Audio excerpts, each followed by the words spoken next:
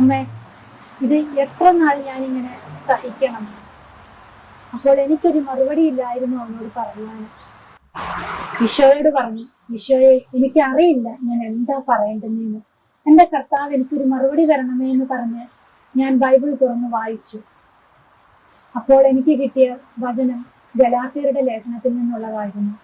നിങ്ങളിൽ ഈശോ രൂപപ്പെടുന്നത് വരെ ഞാൻ ഈ ഈറ്റുനോവ് അനുഭവിക്കേണ്ടിയിരിക്കുന്നു എന്നായിരുന്നു എനിക്ക് കിട്ടിയ വചനം. ഞാനത് അവനോട് പറഞ്ഞു, മോനെ, ഈശോ നമ്മളിൽ രൂപപ്പെടുന്നത് വരെ നമ്മൾ ഈ വേദന സഹിക്കേണ്ടിയിരിക്കുന്നു. അതാണ് ഈശോ വചനത്തിലൂടെ നമുക്ക് കാണിച്ചു തരുന്നത്. എനിക്കത് മനസ്സിലാകുന്നു, ഞാനത് അക്സെപ്റ്റ് ചെയ്യുന്നു എന്നുള്ള ഒരു ഭാവമായിരുന്നു അവൻ്റെ മുഖത്ത്. അതിനുശേഷം അവൻ ആ ചോദ്യം എന്നോട് ചോദിച്ചിട്ടേയില്ല, എത്ര നാൾ ഞാനിങ്ങനെ സഹിക്കണമെന്ന്.